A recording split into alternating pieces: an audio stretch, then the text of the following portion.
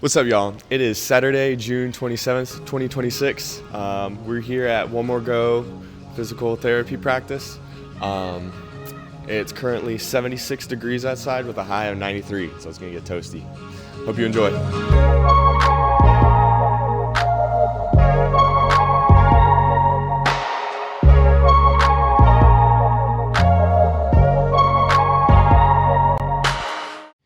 Dr. Sherman Roberts, What's how are up, you bro? today? I'm good. How are you? I'm doing all right. Yeah. This is your PT practice? This is my PT practice. OMG, physical therapy stands for One More Go, physical therapy and wellness. Yeah, where'd you get that from? That slogan? Man, all right. So two things. So first, years ago, before I started my practice, working with patients, they made this running joke that whenever I got really, really into, which I'm always really, really into the rehab and the exercise, the reps, just everything just interests me, intrigues me, fascinates me. I always tell them one more, like, give me one more, one more, one more.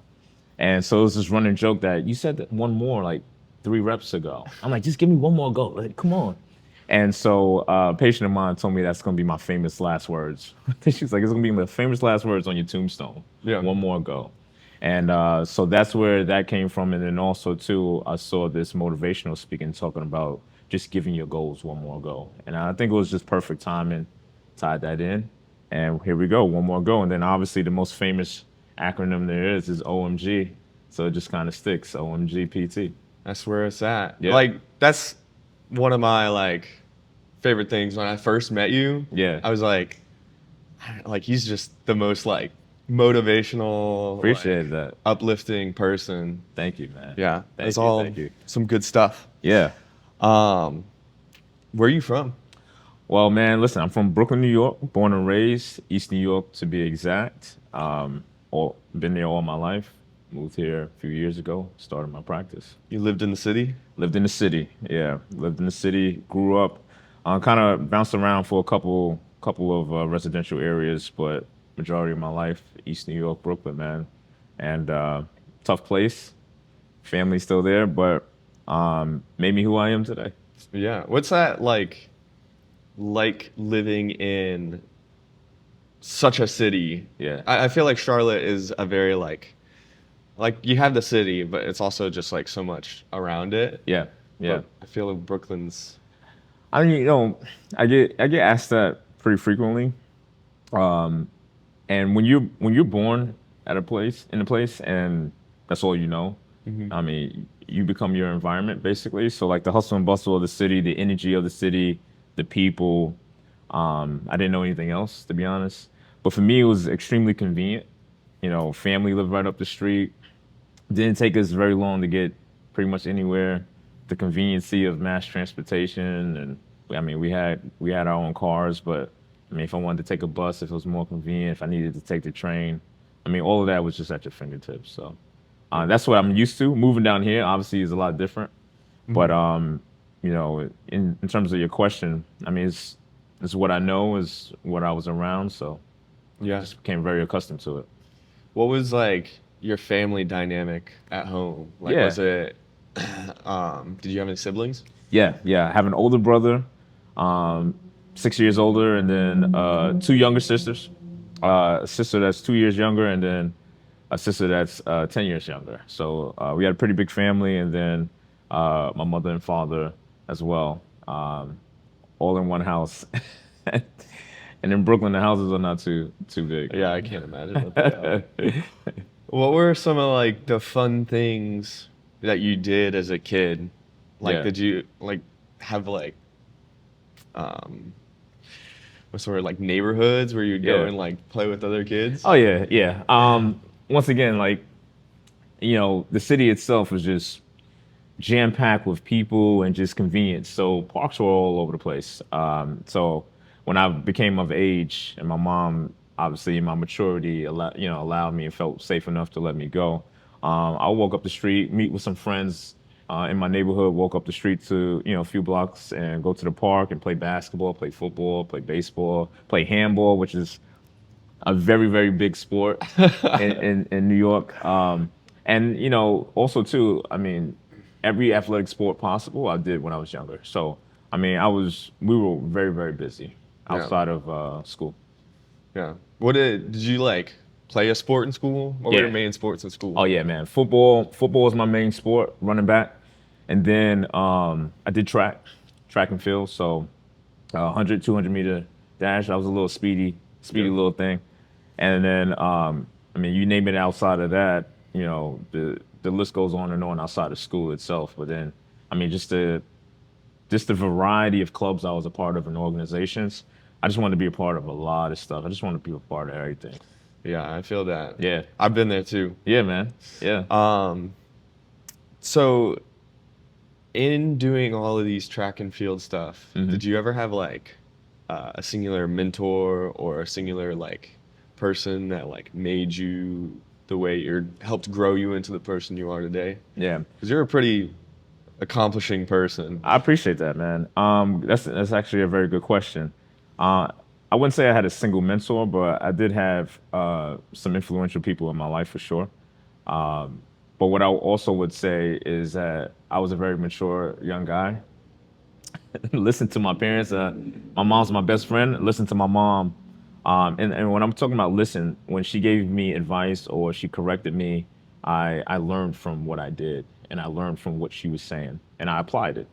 And in that regard, I kept my ears open, kept my eyes open to things. So I just took from, just like you and I talking, I'm sure I'm going to learn throughout this podcast from you.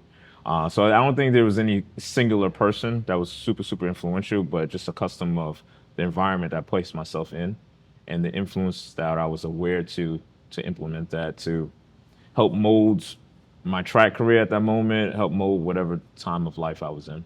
Yeah. Yeah. What position did you play in football? Running back, halfback, which I loved. And then they had me at defense. I'm 5'5", 5'6" on a good day when the sun is up, shining. And so at times, if we had low personnel, I would play defensive back and got my ass kicked a few times just because every receiver was like your height, man. I had to play up, man. But running back was my bread and butter for sure. Yeah. Yeah. Man, that means you must get like hit a lot. Oh, dude, what? I'll tell you a funny story really quickly. Unless you're good. This is and I think about it, I was like, yo, how stupid was this? So this is back when concussions wasn't like really out there, right? Yeah. I would go home with my head ringing every single practice and we would have tackle drills. And one time, coach was like, all right, Sherman, you line up right here, 5 yards out. All right, Steve, you line up here, 5 yards out. Steve was middle linebacker. He's like, all right, Sherman. Throws me the ball. He goes, run into Steve. I said, excuse me? I said, I can't avoid him. I can't juke him. I can't break his ankles. He's like, you need to know how to get hit. Run into him. And Steve was like, this is a good day for Steve. Right. A long story short, man, I went home like, what in the world, man? But hey, yeah, especially with being a smaller back and a smaller guy, I did have to learn how to take hits.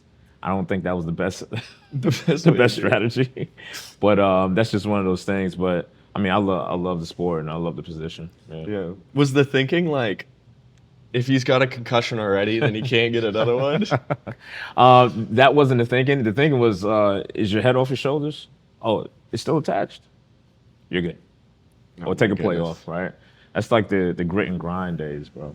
That's crazy. I'm actually happy that concussions are more of a awareness now, especially just protection of players and protection of us as human beings, health, longevity. It's good. Yeah, especially like with the World Cup going on. Yeah. There's like, you can tell that there is a lot more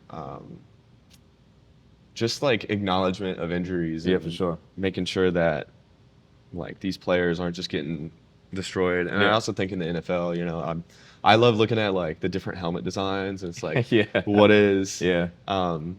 like a usable helmet? 100%. I think that's a valid point. You look at an NFL helmet, and it's like, oh, it's a helmet, but the people that engineer that helmet Every detail is specific to certain action, certain thought, certain move. Same thing like our running shoes, right? Every detail. You have speed shoes, you have trail shoes, you have shoes for endurance. Like the engineer, the how they engineer the design, it's pretty impressive to be honest. But yeah. Yeah. And so you went to college playing those sports? No, so I had an opportunity to play football in college, Division One, because I was, high school I can get by with my size. College, not so much. University of Buffalo gave me the opportunity to play. What they decided was that I had to bulk up tremendously. And in that moment, I was already pretty solid. I just didn't think I can expand anymore, to be honest. Yeah. So I decided to forego that and just pursue academics. Okay. Where'd you go to college? So I went to Damon University, but it was Damon College. It was a smaller school when I was going. Still a small school, but population-wise has grown. So now they have become a university in Buffalo, New York. Awesome. Yeah. And then what was your time like there? Time was before I went. It was a shell shock because I'm from the city, and really, not really the first time out of the city, but the first time out of the city away from home for a while. So it was a shell shock at first until I actually went for what is it called, orientation, and I saw a lot of other young students from the city as well, from Queens, from Brooklyn, from Harlem, from Bronx, and I felt more at home. I felt more comfortable. But my collegiate career was great. Some ebbs and flows just because of academics, but I had a great time, man. Did you do any like frats or groups or like what was Yeah. what was your thing to do in college that wasn't college? So was definitely always been a part of a lot of organizations, like I mentioned in high school and younger. So I definitely joined organizations, became president of a couple, but I joined a fraternity, Phi Beta Sigma fraternity incorporated, Royal Blue and Pure White. That's that fraternity. So we definitely did community service things, and we did drives, and we did walks and stuff like that for causes. And then obviously we had some fun too. There was definitely some parties as well, and we did some step competitions and dance competitions, and it was just a good vibe. It was a good vibe. The entire collegiate career. Do you talk to any of those guys to this day? Oh yeah, yeah. Once a brother, always a brother. Brothers for life, man. And the good thing about a fraternity organization like that is, if I just met you, and we realize that we're part of the same fraternity and we're instantly brothers, it's instantly that connection. We've gone through the same journey, that same path, right? So it makes me more inclined to get to know you as a person, just because we have that background together, and we have that mission together. And the mission is to help our community, is to help others. Yeah, for sure. That's what it's really about. Yeah, I didn't mention it at the beginning of the podcast, but the mission of this podcast is to talk to more people, have more experiences, and then donate to St. Jude. Absolutely, I love that. Donate as much. I want to build a community of people to give back to St. Jude. I love that, man. I love that. You are your network, and this is a great way to build that. I like that. Sweet. So you graduated college with? Graduated college with 2 degrees. Graduated college with a bachelor's in natural science, and then my second degree was a doctoral degree in physical therapy. Awesome. Yeah. Where'd you go from there? What was your first physical therapy job? Yeah. So bounced around a little bit. So actually, funny enough, before I graduated, about 4 months before I graduated, my institution offered me a teaching position there. Out of everyone in my class, and there was about 80 of us in class, they offered me a chance to be a professor to teach physical therapy in the department, and then go for a second doctoral degree, which is I would have my PhD. And I would have had my PhD by the age of 26 and a doctoral. I would have been a dual doctor, but I declined that because I was so fatigued from school. They worked me good. And my institution is top tier. So that's the place to go for physical therapy or physician assistant. Either way, I declined that respectfully and went back to New York. I worked for New York, worked in New York for a little bit, and then moved down to Columbia, South Carolina. Okay. I worked. What brought you there? My grandma lives in Columbia, South Carolina, so I wanted to get out of New York for a little bit, experience something different. But I wanted to go to a place where I had family, living on my own. I wanted to make sure that if I ever got into a tight jam, that I had a relative to help me out. And luckily, very wise and mature, I never had to lean on my family for financial help at a young age. So then from there, went back to New York, and then because I got tired, got tired of Columbia, and then went back, then moved down to Charlotte. All right, so as you can see, we changed locations. We're now on the basketball court, which is pretty cool. Yeah. So, I mean, at first I want to thank you for like even letting me film at your location. 100%, man. Yeah.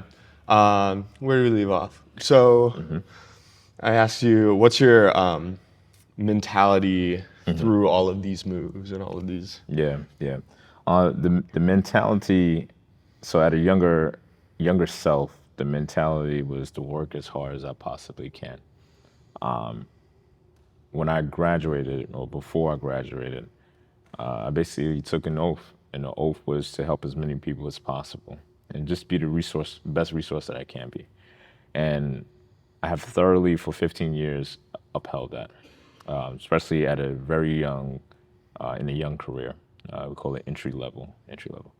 So that was the pure mentality through every single move. What, like, put that in your head?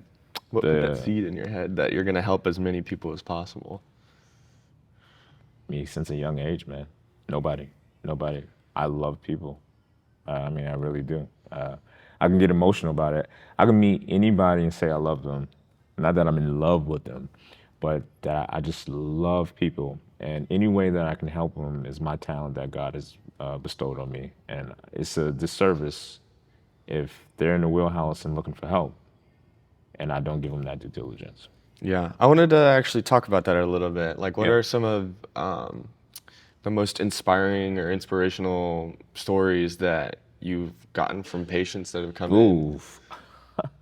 A ton, man.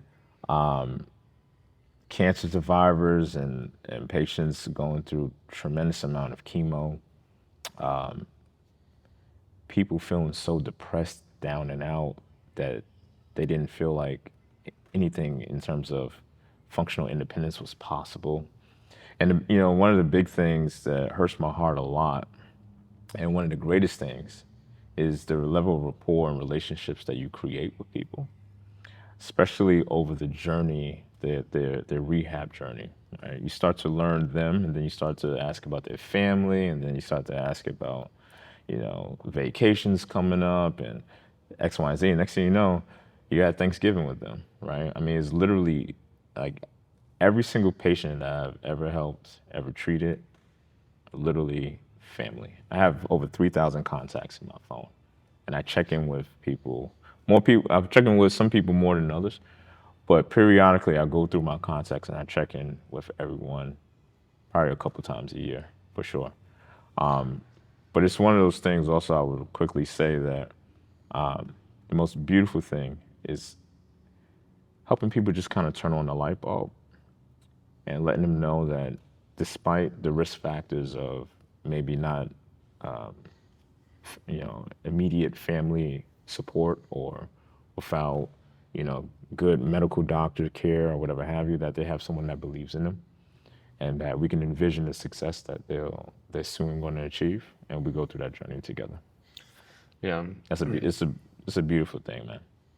One of the things that kind of stood out to me when I was doing some preparation for this is the quote, "Empowering people to heal through movement without medicine or surgery." Yeah, you did some research. Yeah.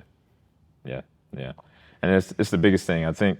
So how I view I've never been a traditional person, not even a doctor of physical therapy, just a person. Never been a traditional person. Very much always had a forward-thinking, creative mind. And not to be defiant, but James might say, 2 plus 2 equals 4. And I said, well, yeah, great, James, but also 3 plus 1 equals 4 too, right? And just different ways to get to this the common goal. Traditionally, medical doctors will like to bestow cortisone injections, steroid injections, and they're quick to reach surgical procedure. They're quick to prescribe pain medication. And once again, traditionally over time, people have formed that is the primary choice. That is not our natural body's way of healing. So it is one of my fights to get this knowledge out to the masses that the body can heal holistically.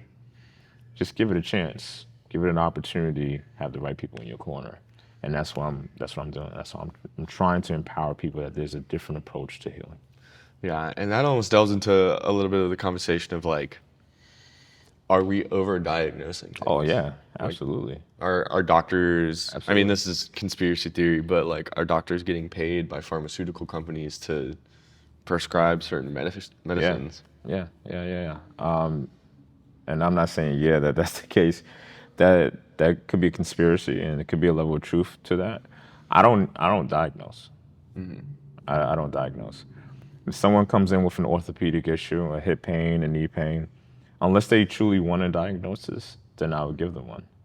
9 times out of 10, since I've started my practice, no one has ever asked me, so what's my diagnosis? They really want to know what's causing the discomfort. And then the next question is, well, how quickly can we get this better, right? Yeah. So I can get back to A, B, C, right? So I agree. I agree with the overdiagnosing. Yeah. What is the most like neglected thing that people like? You see someone coming in every so often with this pain, and you're like, dude, if you just like stretched, like, Yeah. what's the most neglected thing? Great question. Hands down, lower back pain. Yeah. Hands down. Which is the leading, if we're going to talk about diagnoses or just a labeled presentation, the leading and most expensive diagnosis in the world is low back pain. And I tell people this all the time, especially my more mature adults. Just a little bit of stretching, just like you just nailed it. Just a little bit of flexibility and a little bit of strengthening. You'd be surprised that you would not have to come see me. Like, seriously, right?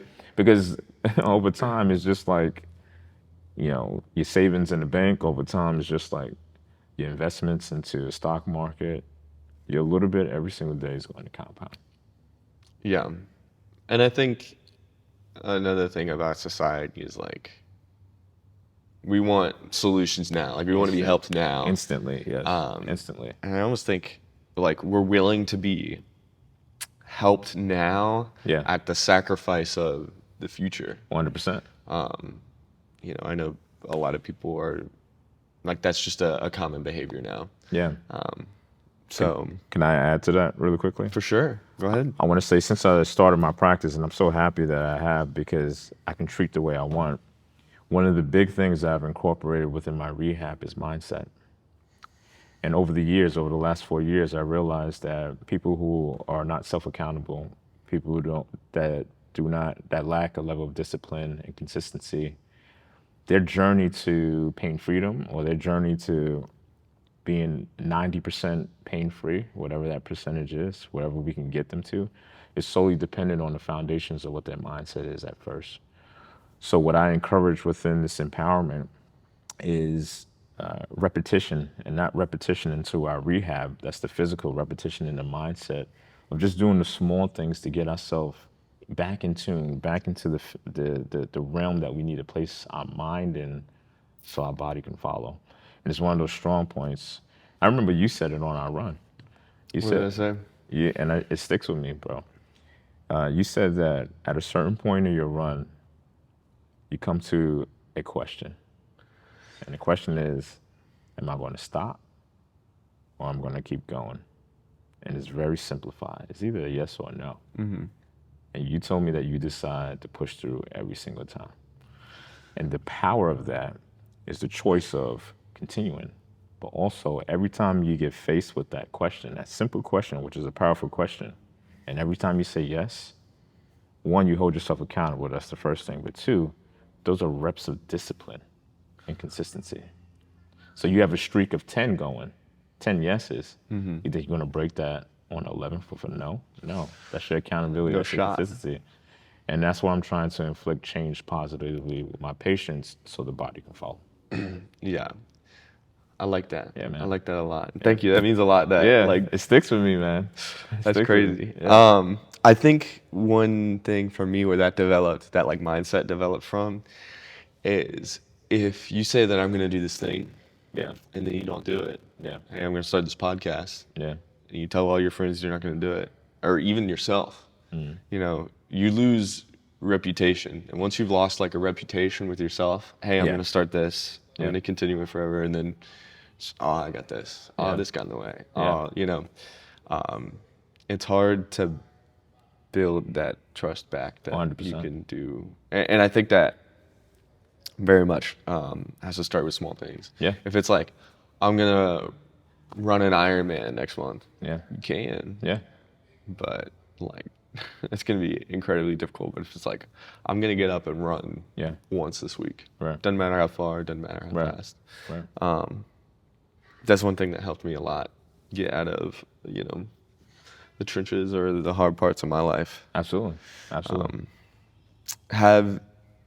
This is a tough question, but has Okay. there ever been someone that you maybe couldn't help, or Oh yeah. that you Yeah. couldn't help as much as you wanted to? It's not a tough question, but the realization of I made this vow to myself when I graduated that I'm going to get everybody pain free, or I'm going to significantly improve their functional independences 90% and above. And humbly, I'm a damn good rehab specialist. Humbly. The problem was that once someone leaves my office, I know not what they do. And I had to come to that realization. That's the first thing. Secondly, from a traumatic standpoint, and what I mean from trauma, the insult to injury to a particular tissue might be so traumatic that holistically we can only heal to a certain degree.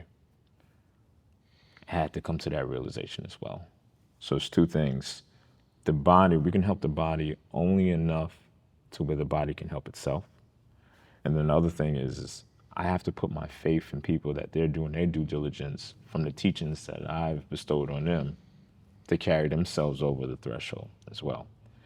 And if there's any kind of lack where the body has reached this full potential, and that might be 82%, I have to have that hard conversation with that patient.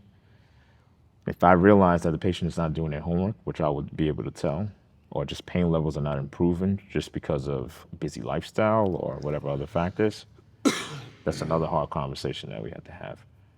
But I used to get down on myself a lot until I came to that realization, to the point that I actually teared up, because I was given, it was a point where some patients, they just give enough, but I was giving much more to them and for them that they were giving to themselves. And it was big, man. So I still give 110%, but it's that clarity and transparency that this is the recipe for success. But we work together doing X, Y, and Z over these amount of weeks, over these amount of sessions. I can get you to X, Y, and Z. And if 95% or 100% is a Hail Mary, well, I'm damn sure going to get you as functional as possible. It will be better than when you started significantly. But yeah, I had to come to that hard conclusion. It's tough. Yeah. Flip side of that, Flip it. have you ever had a patient where like, oh, this dude is like really screwed up, he's coming in and he's like all these kinds of things, but like you helped him way more than they I ever thought anticipated. that they could be helped? That happens. That happens. Some people surprise me, and I think people. This is saying that people are in love with their suffering. You ever heard that? Yeah. Yeah. And it's like, how can someone be in love with their pain? How can someone be in love with their suffering? Well, the thing is that their mindset shifts and their body also shifts to just dealing with the pain for so long that the idea of actually being pain free, or the idea of being super functional, or the idea of actually going on a hiking trip with my family that I missed the last 3 Christmases, I can actually do that? No, I can't. No, I'm just going to sit this one out, right? Just because of the history of what this pain has become and metamorph and transformed in terms of the mindset and the physical ability. Just like the pain, how it has an effect, a negative effect on the brain, is the same way that what we do will have a positive effect. And in that consistency and discipline, like we were talking about, there's a breakthrough point at some point. For some people, it might be 2 weeks. Some people, it might be 4. Some people might be 8 weeks, 9 weeks. But whatever that breakthrough point, it's like, whoa, I actually got up today. My back didn't hurt. That's when, and it happens pretty frequently for those who don't have the mindset just yet to say that, you know what, I can see myself being pain free. Those are the people, it might even be actually a little bit more uplifting for someone that didn't quite believe that they can get to a certain level, and they start to feel that change, that seasonal change, right? Yeah. And it's a beautiful thing. So that does happen. Is the goal to pain free like linear, or is it No. always? That's a great question too. You have some good questions. Think of, I always explain this, and I want people to stay with me. Think of it as a seasonal change. You're going from winter to spring. It's not just a one, well, maybe in Charlotte. Sometimes there's one day where it's hot as hell.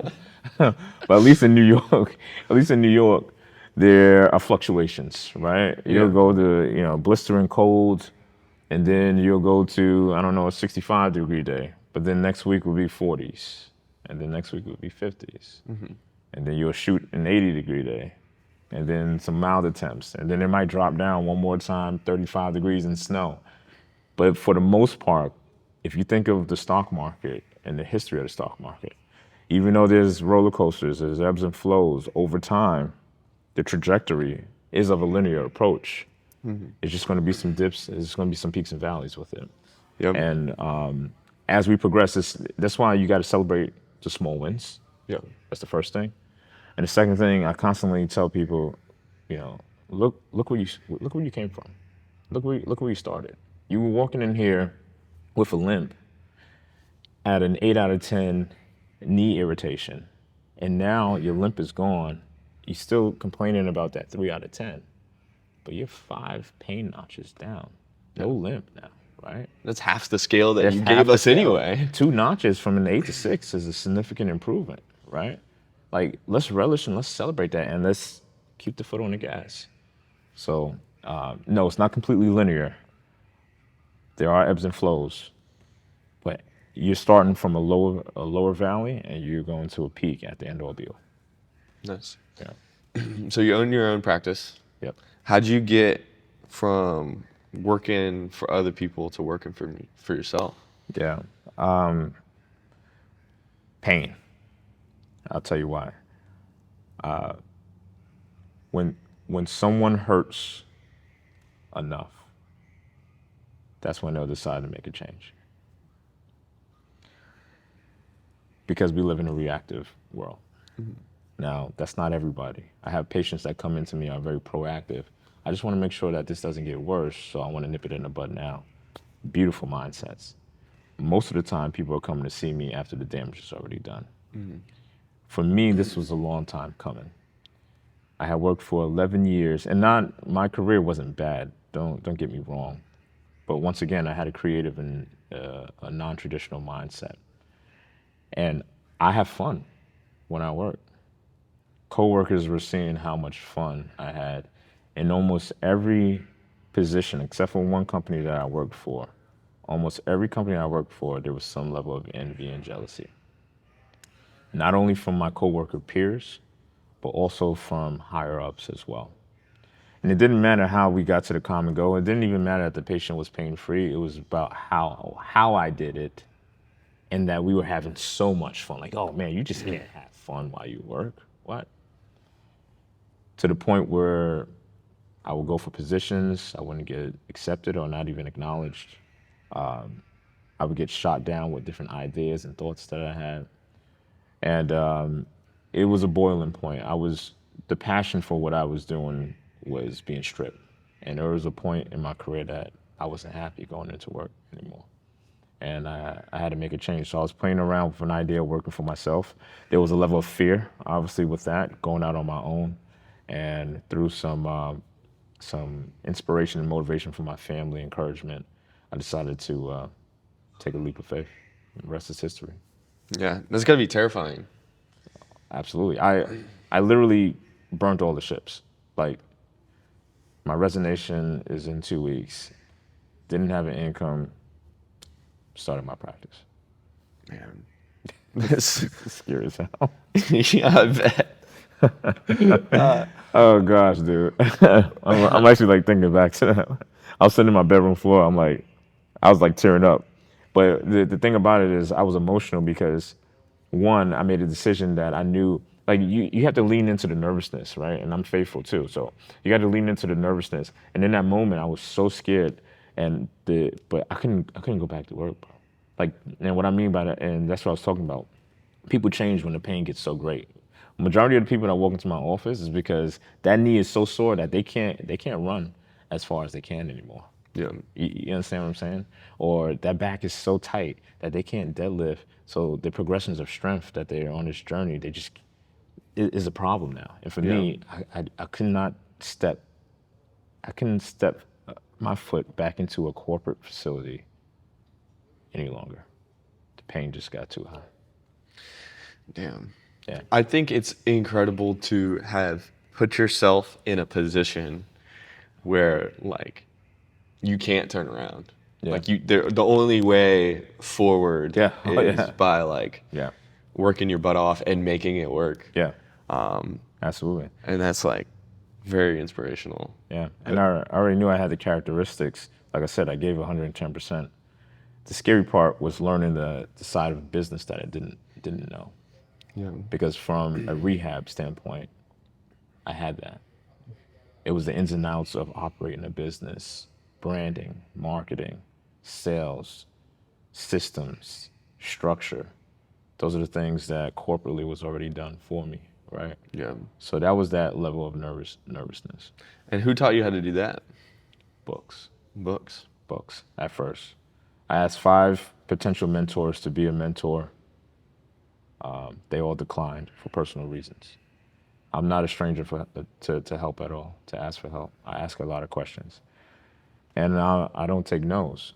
So, and it was a no for them, but not a no to my vision, my dream, my goal. Mm-hmm. So I decided to take out books, and I started to implement as I read. So I didn't wait to finish an entire book and then try to implement something. Yeah. And so I basically was working as I learned, and I'm still learning now. 4.5 years in, still learning. And I'm happy to say that. Yeah, I think a lot of people, going back to the sadness thing, like they're at their job for 20 plus years, and they're like, Yeah. it's the same thing every day, and I'm not, happy or fulfilled with it, Yeah. but it's like safe. Yeah. But you're almost like safe in like the cold hard discomfort of 100%. it. 100%. Like it doesn't make anyone feel warm anymore. So No. But I met a lady, a patient, and she was very happy. She was retiring. And this is another thing too. She was retiring after 45 years at her job. And so I asked her, and she goes, I finally get to travel. I said, you finally get to travel after 45 years? Oh yeah, well, I didn't get that much time off and this, that, and the third. So I asked her about her job and her position. She worked basically the same position for 45 years. And I was like, and there's nothing wrong with that. But for me personally, I couldn't do that. And she wasn't in love with her job, by the way. Mm-hmm. So to me, that was a life that she tolerated, as opposed to living her life. And now she's at a point where she's seeing me and trying to get her knee better so she can be able to get on a plane and fly elsewhere. But we waited this long to start to live. and I want to live. I want to live now, right? I want to live by enjoying what I do for my career. I want to live with my family while we travel. I want to enjoy the essence of while we're on this earth. Yeah. That leads me to think like, what cool experiences has owning your own practice gotten you? Like, you done cool like travel trips, Yeah. learning about PT or just Yeah. I think the coolest thing is access, to be honest, and time, access and time. I'm still working on making my time my own, but the access of being able to speak with you, speak with other gym owners, studio owners at a high clip, and also learn from them. I met with an super intelligent, business savvy guy a couple of Thursdays ago. Blocked off my schedule for 3 hours. This guy is a serial entrepreneur from a young age, and yeah, that could have been 3 hours I was seeing patients, but to me, the knowledge and wisdom that I gained from that time, I can go back to those patients and I can teach them X, Y, and Z. Like for me, there was definitely a level of investment for that. And if I've ever worked corporately, that wouldn't be. I would either use PTO, take a day off, whatever have you. So I think really it's just the access to network and just the time. It's probably one of the best things. Now, travel-wise, I'm not there yet. That is a goal, and it will happen. But right now, I really just want to be a community presence and learn my exponential power partners in my community and see how we all can help uplift our community with the same mission, right? Everyone's mission is different, but the end goal is the same. Is to provide help. Yeah. And that's what I'm utilizing my time for now. Yeah, that's awesome. Yeah. I saw something recently on the internet. Very wise guy. I think he was almost maybe a philosopher. I'm not quite sure. But like money and business, like it's all like a lot of people just see it as a game. Yeah. Yeah. And it's like, why do we play these games? Yeah. And what the guy responded with is we play these games to be free of them. Yeah. Yeah. And then once we become free of these games, we can either play them for the sheer love of the game and have fun with it, Right. or never have to play it again. Yeah. I love that. I love that theory. I treat athletes. Not all of my patients are athletes. So I don't want to pigeonhole and say, oh, if you're not an athlete, you can't be helped, right? But I do have some non-athletes that come in and I say, well, what's your sport? Oh, doc, I don't play anything. I said, yes, you do. I said, every time you get up, life is trying to kick your ass back down. Every time you step foot out there, life is trying to give you a haymaker, a round kick, a backhand, something that you have to be ready for. The sport that you're in is life. And you don't see anything coming. But the resiliency that you wake up every single day and put a foot forward, that's your consistency. Those are your reps. That's your discipline. And to me, at that point, then life becomes a game. And when you think of it that way, are you going to lose and just succumb to all of these roundhouse kicks and jabs and haymakers? Or are you going to weave them and counter and continue to put a foot forward with the mindset strategically to get from point A to point B? And once you get to point B, then you won that life. You won the game, right? And whoever said that is actually pretty brilliant. And you can think of it from a money perspective. You can think of it from a health perspective in terms of longevity. You can angle that any way possible. You can think of it from a career perspective, going from, I don't know, where you started to CEO, whatever that is your game. It's a game. We're competitors, whether you like it or not. Yeah. Yeah. Do you have any, like, what's your trajectory right now? What's your future goals? What do you want to get done? I love that. At some point, I do want to do some philanthropy work when I'm in a good position. That's what I want to continue to do. I want to continue to be a resource to my community as strongly as possible. My vision, I have a mission. The vision for OMG is to be the priority resource to my community. That's it. I want my community to feel super comfortable that they can connect with me. I want them to feel comfortable to share with me. I want them to feel comfortable to ask me for advice. I want to be that person for them. And genuinely, I'm going to give them the most authentic answer because they're family. And I want to take that across state lines. I want to take that internationally. And most of all, the way I see the trajectory of myself in my business is at some point doing some level of motivational speaking and philanthropy work. That's what I would love to do. I will be on the stage. James is giving me that platform. James is giving me that platform right now. I've already envisioned it. It's in my destiny, and and all of these connections, connecting with you, and all these connections with these power partners. I think it's really molding me and giving me knowledge and wisdom to help as many people as possible when that time comes. All the books that I'm reading and all that stuff. So that's the end goal. Yeah. What's the next step for that? Good question. So right now I teach workshops. I've never been shy. So obviously, funny story, the professors, the chairperson and my favorite professor that offered me the professor job or position, faculty, when I declined, I asked him why. I said, there's so many other more intelligent colleagues that I have here. Why me? And he said, well, you're not shy. The way you break down and describe things, everyone grasp it, and your colleagues just gravitate towards you. And even if you don't teach now, someday you will teach. I was like, huh? This is 15 years ago. And when I looked at teaching back then, another reason why I declined it is because I saw it as so traditional. They were in a suit, tie, they were in front of a whiteboard, and I'm like, that's not me. I could put on a shirt and tie, but I'd rather dress the way I want to. I want my swag to be comfortable. So I declined it then because that's how they were. Now I'm teaching workshops in front of people. I did a corporate workshop in front of 50 people. It's the most I've ever done. I teach workshops to personal trainers. I did a Crunch Fitness workshop out in Matthews, and I taught 20 personal trainers. That was amazing. And so I don't know how many workshops I've done now since I've started this practice, but each one gives me that boost to continue to teach, obviously, but also wanting to teach on a higher platform. So in that regard, at some point, I'm going to continue to level up.